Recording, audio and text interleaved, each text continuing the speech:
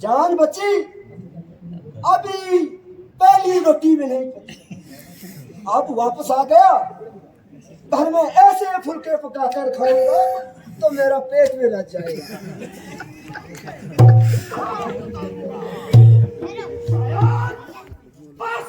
को भूल गए, इसलिए इतना भूल गए।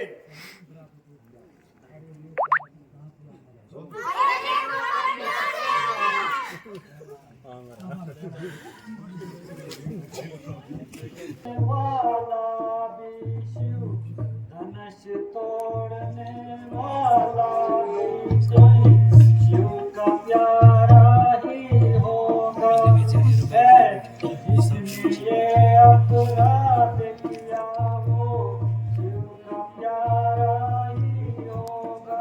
शुरू हुआ है और मेरे ही हाथ से वो पोशीदा धनुष जपना शुरू हुआ। क्या तुम्हें मौत की परवाह नहीं? क्या जंग की चाह नहीं? बेशक खतावार हूँ और जो सदा दो सदावार।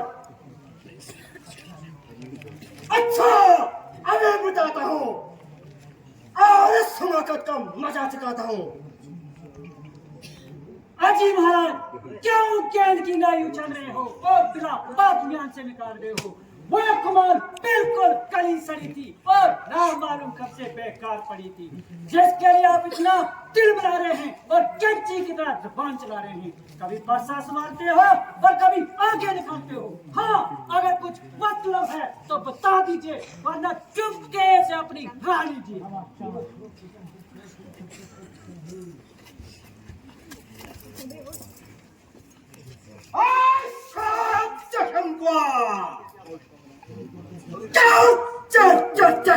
करता है, शायद तू मेरे कहर गजब से नहीं डरता है। जो मुझे नाक गुस्सा दिलाता है और अपनी मौत को बढ़ाता है।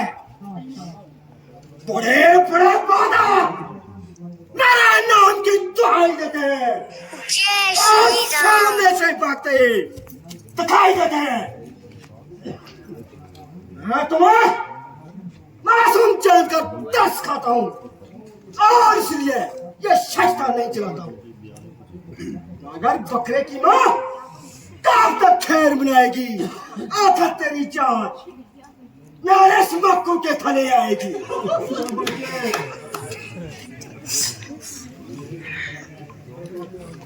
सामने से चला जा वरना कच्चे को चुका जाऊंगा।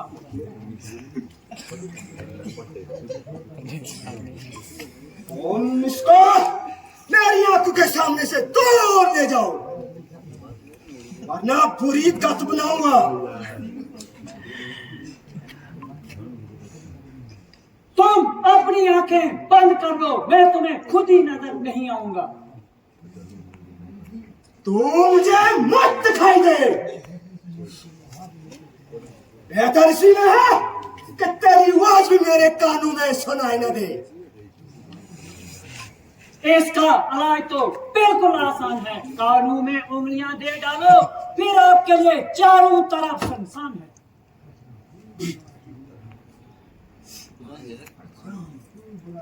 तू बड़ा शरीर है। आदमियों की तरह बात कर, वरना इधर मेरे हाथ में तीर है।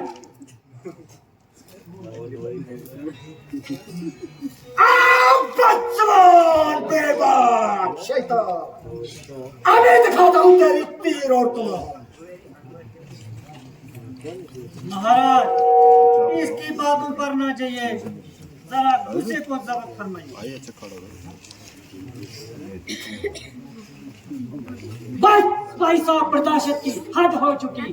लक्ष्मण के सामने खूब खाया उठाया था, सर ही नहीं तुझे दिल तेरे थे। आज तक कोई आया बहादुर नजर ही नहीं, ऐसी की डर सी बन।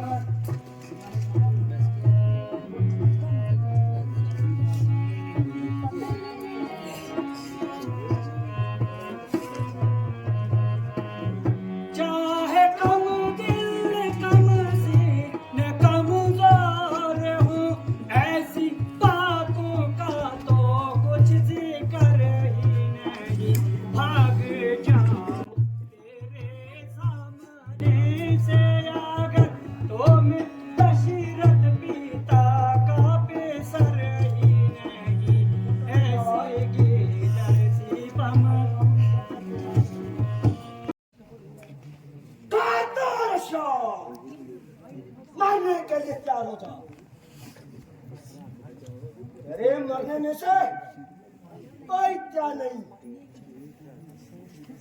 अगर एक ही वहां से तेरिया हट जा जय श्री राम। ना बना दो तो मेरा नाम भी परशुराम नहीं। मेरे क्या अख्तियार है, ये खुद मौत का तलबगार है।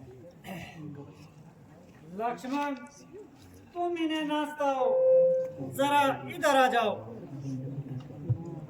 जरा गुस्से को थाम लीजिए और मेरे साथ कलाम कीजिए। पहले इसको मेरी आंखों से के सामने से दूर कर दो और यहाँ से काबू कर दो। इसका अनाय तो मैं पहले ही बता चुका हूँ। वो देखो फिर बोलता है और नाहक जहर में जहर घोलता है।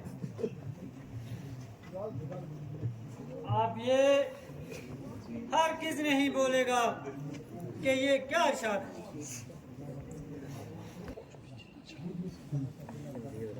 ये जे तहनश का चिल्ला चिढ़ाकर कमाल कीजिए और मेरा इत्मीनान कीजिए।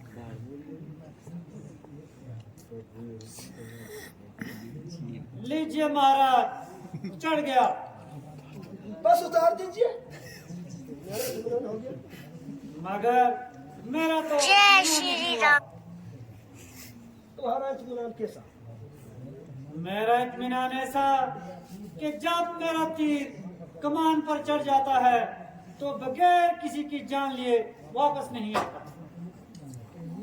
तो ये किसकी जान लेगा? तुम्हारी लेगा और किसकी। ना महाराज, ऐसा नहीं करना, मैं मर जाऊंगा। ये तीर तो आपको सहना ही पड़ेगा, दूसरा हरगिज नहीं चलाऊंगा। मगर दूसरे की तो नौबत नहीं आएगी।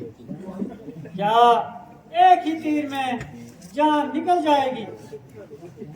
वाह, जान निकले में तो अच्छी कही, अभी जान तो मेरी अब भी नहीं बची।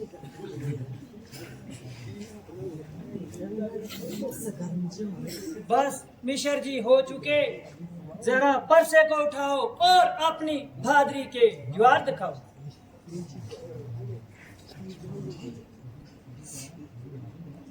लक्ष्मण जी, किसी तरह मेरी माफी कराओ और मेरी जान बचाओ। तुम तो इतना उछलते थे।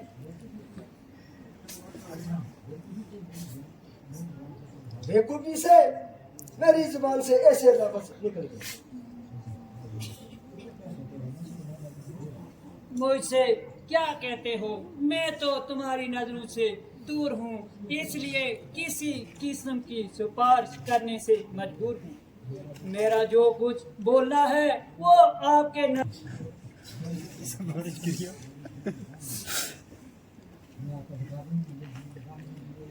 आपका भिखारी हूँ, मुझे जीवन दान दीजिए और मुझ पर इतना एहसान कीजिए।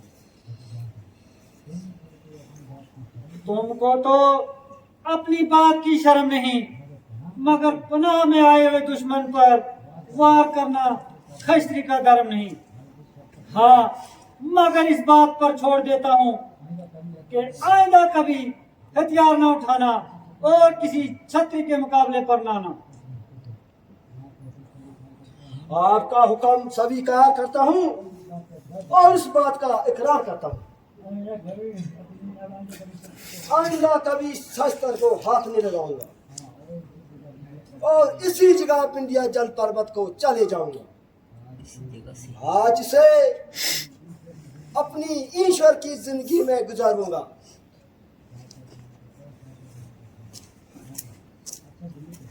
अच्छा, चाहिए चुपकी रहो। मिश्र जी, जरा भोजन पाकर जाना, इतनी भी क्या जल्दी है? कभी हमारा भी भोजन पा लिया करो। कभी तो इस चंचलता को छुपा लिया करो। बस मेहरबानी रखो, यही की नियमत है। जान बची, अभी पहली रोटी भी नहीं पची, अब वापस आ गया घर में ऐसे फुलके पका कर खाऊंगा तो मेरा पेट में लग जाएगा।